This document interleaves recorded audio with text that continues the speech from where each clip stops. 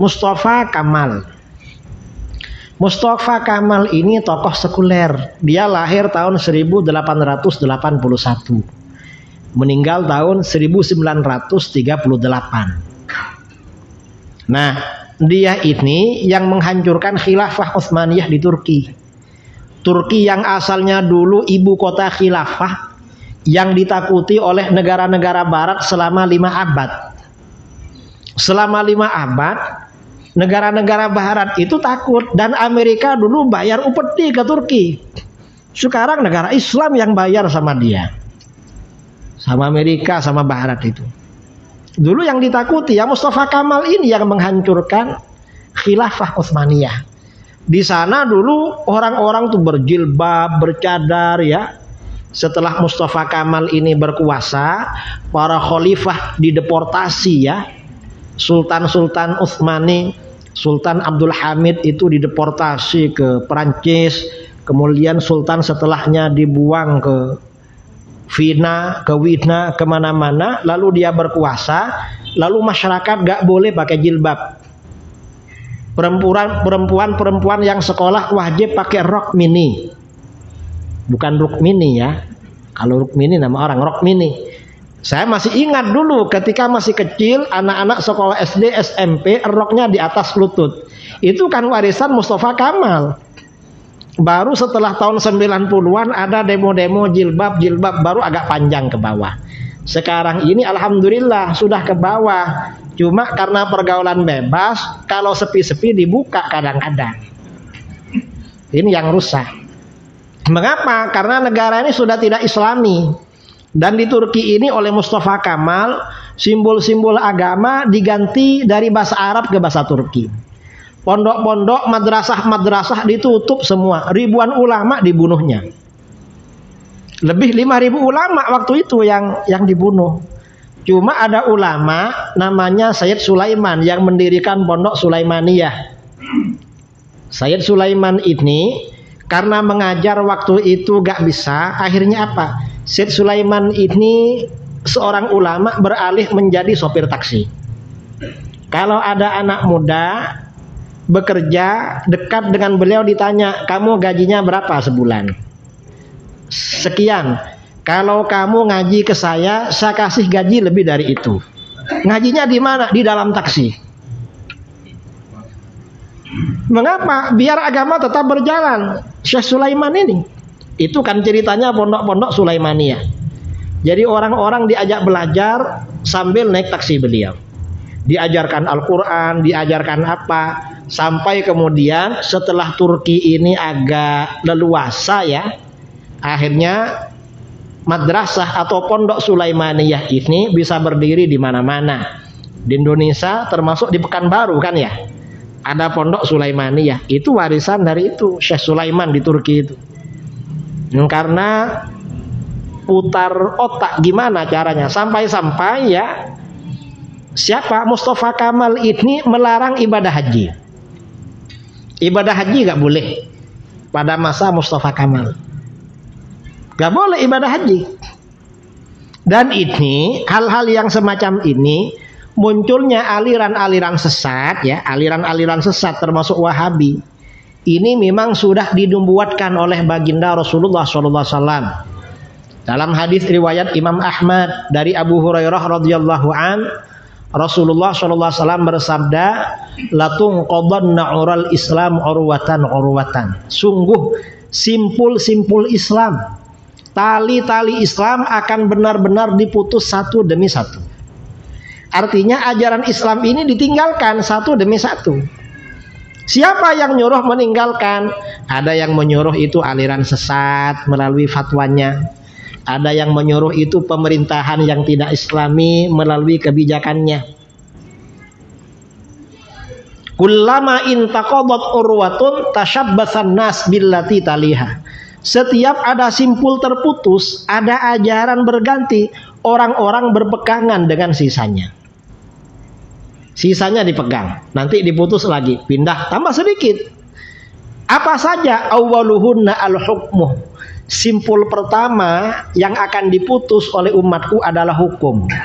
artinya tidak berhukum Islam, berdirinya kerajaan-kerajaan atau negara-negara sekuler. Dulu kerajaan-kerajaan di Nusantara, kalau di sini kan kerajaan Siak ya, Sultan yang terakhir siapa? Syarif Qasim. Itu kerajaan Islam yang berlaku hukum Islam. Kerajaan-kerajaan kalau di Jawa ya, Kesultanan Banten, lalu ke timur Kesultanan Cirebon, ke timur lagi Kesultanan Mataram, ke timur lagi Kesultanan Sumeneb di Madura, ke timur lagi Kesultanan Bima, Kesultanan Lombok, ke timur lagi Kesultanan Tidore dan Ternate, agak ke utara Kesultanan di Sulawesi. Itu Islam yang dijalankan, hukum Islam yang dijalankan. Tapi bagaimana setelah kemerdekaan, negara ini memang dikendalikan oleh orang-orang sekuler, hasil didikan orang-orang Belanda ya. Kemudian negara kita tidak berhukum Islam. Kemudian yang terakhir apa nanti? Wa akhiruhunna as-shalah. Yang terakhir nanti akan diputus adalah sholat. Akan ada larangan sholat. 4 tahun lalu ada testing larangan sholat. Cuma yang dilarang bukan sholat di rumah, yang dilarang sholat di masjid. Alasannya apa? Covid. Covid itu menular kalau sholat berjamaah aja. Tapi kalau ngumpul-ngumpul di hiburan apa, gak ada Covid. Ini kan aneh kan? Ini berarti kan memang sasarannya kan umat Islam. Karena orang-orang yang bikin larangan dulu ketahuan bikin konser musik-musik, gak ada tindakan. Sementara yang sholat ke masjid-masjid gak boleh. Dulu masjid-masjid di kota-kota, entah di sini ada apa enggak, kan dikasih jarak 1 meter. Ada di sini, ada juga ya. Ini ya mungkin termasuk nubuat dalam hadis ini, testing larangan sholat. Yang enak itu kemarin yang hidup di desa-desa, di kampung-kampung, karena agak terjangkau larangan. Yang payah ini yang di kota-kota. Nah ini memang nubuatnya seperti itu. Artinya apa? Ke depan ini fitnah agama akan banyak terjadi. Kalau terjadi fitnah-fitnah seperti ini, maka bagaimana kalau ada fatwa-fatwa atau peraturan-peraturan yang merubah ajaran agama? Asalnya ajaran ini dijalankan dari dulu, sekarang kok dibid'ahkan, dilarang-larang, dibilang haram. Maka bagaimana? Hati-hati. Karena itu termasuk serial tanda-tanda akhir zaman. Itu biasanya ya aliran macam-macam. Ada aliran Wahabi, ada aliran Syiah, kemudian ada aliran liberalisme, sekularisme, kemudian juga pluralisme ya, ajaran-ajaran lain yang bermacam-macam itu. Dan ini akan terus muncul. Mengapa terus muncul? Karena umat Islam ini semakin lemah ke depan. Kita ini perlu ya, anak-anak kita dididik, masukkan pondok. Ustadz Ridho ini bikin pondok namanya Ihya Ulumuddin. Kemudian agak jauh dari sini, UAS dan kawan-kawan bikin pondok Nurul Azhar. Lalu Ustadz Zulhendri Rais bikin pondok Darul Hadis Idrusiyah, dan ustadz-ustadz yang lain. Nah, anak-anak kita ini masuk pondok, ini tujuannya apa? Paling enggak ke depan itu menjaga diri. Mengapa menjaga diri? Karena ke depan ini taruhan yang paling berat itu taruhan keimanan, saudara. Orang ini yang penting beriman ke depan ini. Kalau sekarang ini ya makanan ini yang penting halal atau syubhat. Kalau cari yang halalan thayyibah sekarang ini susah. Syubhat ini sudah lumayan sekarang. Karena rata-rata makanan yang ada syubhat. Yang penting nggak haram. Kadang-kadang masih sempat cari yang haram. Sekarang ini yang penting nggak haram sudah bagus. Karena syubhat itu biasa sekarang. Ini makanan. Kemudian di dalam beragama yang paling berat ke depan ini menjaga keimanan. Mengapa? Karena dari sana terjadi perubahan dari Timur Tengah. Wahabi ini menguasai tanah suci. Kita para buya di Indonesia ya membentengi umatnya, hati-hati dengan Wahabi. Gimana ajaran Wahabi, Buya? Wahabi ini bahaya. Orang tuh habis sholat baca zikir. Ini ajaran Ahlus Sunnah, baca zikir. Atau Ustaz Wahabi juga ada zikir. Akhirnya pergi umrah. Setelah pergi umrah, dia lihat di Masjidil Haram dan Masjid Nabawi kok gak ada zikir. Jangan-jangan Buya itu keliru. Ini masih lumayan karena masalah zikir kan. Ada yang lebih parah. Apa yang lebih parah?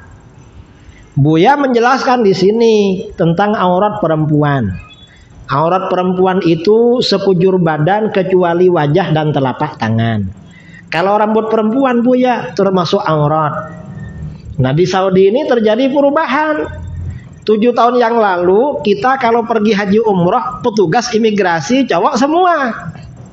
Laki-laki semua. Sekarang ini petugas imigrasi cewek semua dan rambutnya sudah terbuka. Jangankan di imigrasi, saudara yang uangnya banyak biasanya haji umroh yang mahal-mahal. Akhirnya hotelnya ditempatkan di bawahnya tower itu. Di bawah sebelum ke Masjidil Haram kan banyak mall, toko-toko. Ternyata yang jaga perempuan rambutnya kelihatan. Kalau dulu kita ke Saudi penasaran kayak apa mukanya orang Saudi. Karena tutup semua. Sekarang ini dibuka sampai rambutnya. Akhirnya apa? Ragu-ragu. Kata Buya, rambutnya perempuan itu aurat. Ini di Mekah kok dibuka. Jangan-jangan Buya yang keliru. Ini kalau gak belajar agama bahaya saudara. Kalau sampai menghalalkan perkara haram, konsekuensinya keluar dari Islam. Na'udzubillah min dzalik. Nah ini